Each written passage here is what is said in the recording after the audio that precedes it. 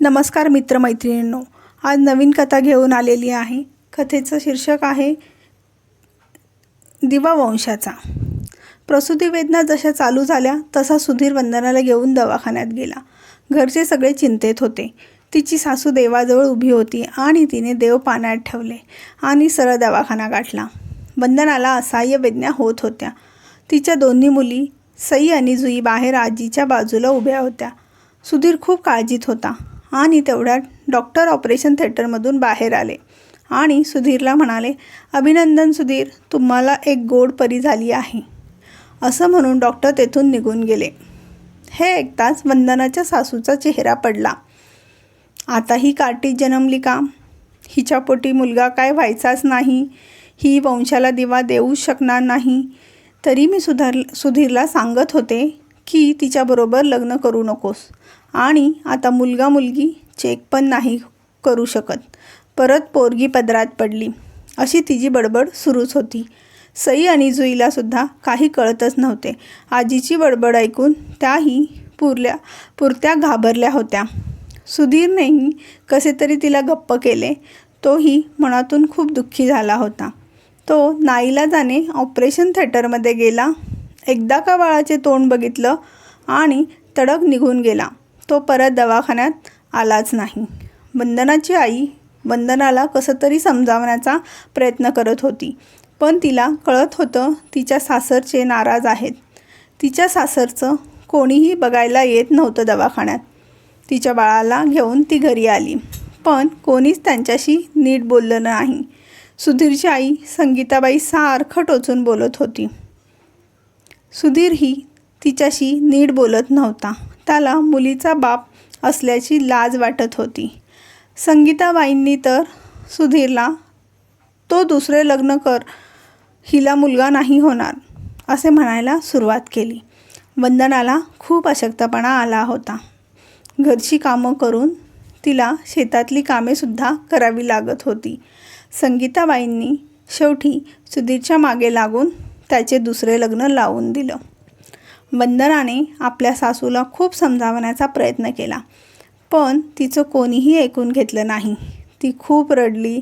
सुधीरलाही खूप समजावण्याचा प्रयत्न केला, पण तो आईच्या पुढे काहीच करू शकला नाही. शेवटी सुधीरचं लग्न झालं. वंदना पुरती खचली होती. तिचं आयुष्य तिला नकोसं झालं होतं. मुलीकडे बघून ती जगत होती. अगदी मोठ्या घरातले लोक पण विचाराने केवढे छोटे. भरपूर जमीन, जुमला, कशाचीच कमी नव्हती. पण वंदनाला मात्र एका मोलकरणीसारखी वागणूक दिली जात होती. तिचा त्रास वाढतच होता. सुधीर आता दुसऱ्या बायकोंमध्ये पूर्णपणे गुंतला होता. घरासाठी इतके दिवस काही केलं होतं त्याची कोणालाही काहीच किंमत नव्हती. सई आणि जुई आता मोठ्या होत होत्या. त्यांना एवढ्याशा वयात हे सगळं बघावं लागत होतं. त्या आईला खूप समजावून घेत होत्या. कधीच कोणत्या गोष्टीचा हट्ट करत नव्हत्या. नियमाने शाळेत जात होत्या व अभ्यास करत होत्या. लहानपणीचा तो खटाळपणा, अल्लडपणा कधीच त्यांच्यात नव्हता. अगदी शहाण्यासारखं त्या वागत होत्या. जणू परिस्थितीने त्या समजूतदार झाल्या होत्या आणि छोटी परीही मोठी होत होती. वंदना आपल्या मुलींना घेऊन वाड्याच्या एका बाहेरच्या खोलीत राहत होती. घरकाम करून जगत होती. तिच्या सासऱ्यांना तिच्याबद्दल वाईट वाटत होतं, पण संगीताबाईंपुढे त्यांचं काहीही चालत नव्हतं. पण ते नातीचा त्याच्या परीने लाड करत होते. त्यांच्या शाळेचा खर्च स्वखुशीने करत होते. तेवढाच आधार वंदनाला वाटायचा. पुढे तिच्या सौतीला मुलगा झाला. सुधीर आणि त्याची आई खूप खुश झाले. अख्ख्या गावाला पेढे वाटले गेले. मोठ्या ताटात बारसं घातलं. वंदनाला कोणीच बोलावलं नाही. याचं तिला खूप वाईट वाटलं. सुधीर आणि वंदना आता मनाने एकमेकांपासून खूपच लांब गेले होते. वंदनाला आता सुधीरचा खूपच राग येत होता, कारण तो मुलींकडे साधं बघतही नव्हता. मुलींनाही आपल्यालाही बाबांनी प्रेमानं जवळ घ्यावं असं वाटायचं, पण सुधीर कधीच मुलींशी प्रेमाने बोलत नव्हता. जुई आता 10वीला गेली होती. ती शाळेत हुशार असल्यामुळे सगळे तिचे कौतुक करायचे, पण तरीही बाबांनीसुद्धा आपले कौतुक करावं असं तिला नेहमी वाटायचं. पण असं कधी घडलंच नाही. जुईला याचं नेहमीच वाईट वाटायचं. वंदना मग तिला धीर द्यायची. जुईचा 10वीचा रिझल्ट लागला आणि जुई 10वीला गावामध्ये पहिली आली. ही बातमी वाऱ्यासारखी गावात कळाली. सगळ्यांनीच तिचं खूप कौतुक केलं. वंदनाला तिच्या मुलीचे यश बघून डोळे भरून आले. ती मुलींसाठी खूप कष्ट करू लागली.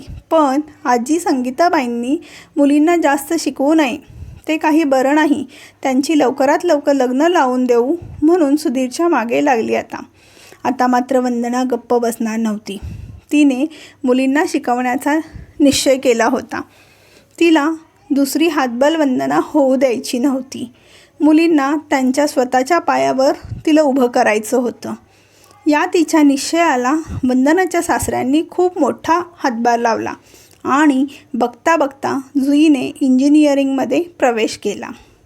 छोटी सई आणि परी ह्यासुद्धा खूप हुशार होत्या. पण आजीच्या लाडाने सुधीरच्या दुसऱ्या बायकोचा मुलगा सचिन पूर्ण बिघडला होता. हातात खूप पैसे मिळायचे त्याच्या. मग मुलांमध्ये तो पैसे घेऊन जायचा आणि पार्ट्या करू लागला. लहान वयातच नातवाच्या वाढदिवसादिवशी आजीने त्याला मोटारसायकल भेट म्हणून दिली होती आणि अगदी 16-17व्या वयातच त्याला दारूचे व्यसन लागलं. मित्रांबरोबर ट्रिपला जायचे म्हणून घरातून बाहेर पडायचा आणि आठवडा घरी येतच नसायचा. सचिनने खूप लवकरच शाळेला रामराम ठोकला होता. शाळेवर जायचा ते फक्त शाळेमध्ये येणाऱ्या मुलींची छेडछाड काढण्यासाठी. सगळं गाव सचिनवर आणि त्याच्या मित्रांवर थुथू करायचं. सुधीर खूप समजवण्याचा प्रयत्न करत होता, पण त्याचा काही उपयोग झाला नाही. सचिन पुरता बिघडला होता. तो उलटसुलट बोलू लागला. सुधीरची झोप आता पळून गेली होती.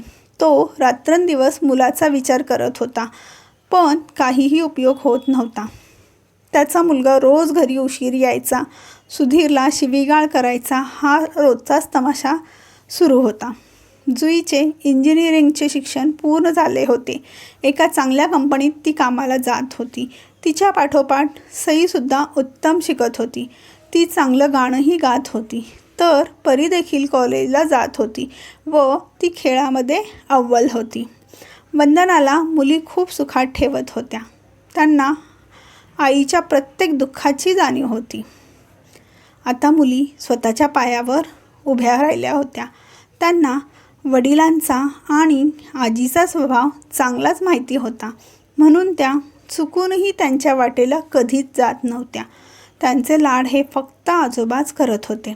तरीसुद्धा अधूनमधून संगीताबाई या मुलींवर डाफरतच होत्या, ओरडतच होत्या. कारण आपल्या नातवांपेक्षा त्या सरस ठरत होत्या, समाजात ताठमानेने जगत होत्या, स्वावलंबी बनल्या होत्या आणि हेच संगीताबाईंना बघवत नव्हते. सुधीरला खूप वाईट वाटत होतं. राहून त्याला आपण वंदना आणि मुलींबरोबर जे काही वाईट वागलो याचंच दुःख होत होतं. मी चूक केली म्हणून देवाने मला अशी ही शिक्षा दिली, असंच त्याला नेहमी वाटत होतं. पण त्याचा आता काही उपयोग नाही हे त्याला माहीत होतं. रात्र खूप झाली होती. बाहेर काळोख दाटला होता आणि अजून सचिन घरी आला नाही म्हणून सुधीर खूप काळजीत होता. अंगणामध्ये त्याची वाट बघत होता आणि तेवढ्यात त्याला सचिन डुलत येताना दिसला. सुधीर तसा त्याला पुढे जाऊन ओरडू लागला. त्याचा तोल जाणार एवढ्याच सुधीरने त्याला पकडले. वडील आपल्याला ओरडतायत याचा राग सचिनला आला आणि तो त्याला सहन झाला नाही आणि त्याने तेथे अंगणात पडलेली काठी घेऊन सुधीरला मारहाण करण्यास चालू केली. सुधीर रक्तबंबाळ झाला आणि मोठमोठ्याने ओरडू लागला.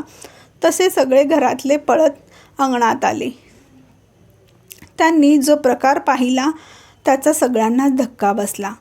सचिन सुधीरला काठीने बडवत होता. अशातच संगीताबाई पुढे होऊन सचिनला अडवण्यासाठी गेल्या, तर सचिनने 2-3 काट्यासुद्धा संगीताबाईंना घातल्या आणि संगीताबाईंची आरडाओरड ऐकून वंदना, जुई या पळत अंगणात आल्या आणि त्यांनी कसं तरी संगीताबाई आणि सुधीरला सचिनच्या तावडीतून सोडवलं, पण तोपर्यंत दोघांनी खूप मार खाल्ला होता. संगीताबाईंच्या पायाचे हाड मोडलं होतं आणि त्या दोघांनाही वंदना आता त्यांच्या राहत असलेल्या लहानशा खोलीत घेऊन आल्या. तसं सुधीर आणि संगीताबाई या दोघांनाही खूप वाईट वाटत होतं. ज्या कुलदीपकासाठी मी अट्टहास केला होता, वंदनावर अन्याय करून मी सुधीरचे दुसरे लग्न लावून दिलं आणि या मुलीवर मी खूप मोठा अन्याय केला, यांची मी गुन्हेगार आहे. आणि या मुलींना वंदनाला जेव्हा आधाराची गरज होती तेव्हा मी माझ्यापासून व माझ्या मुलापासून लांब लोटले. आज त्यांच्याकडेच आपल्याला आधार घ्यावा लागत आहे. व संगीताबाई व सुधीरला आता पश्चाताप झाला हे त्यांच्या चेहऱ्यावरून दिसत होते. पण संगीताबाई या पहिल्यापासूनच आडमुठ्या होत्या, त्यामुळे त्या मागे थांबल्या होत्या.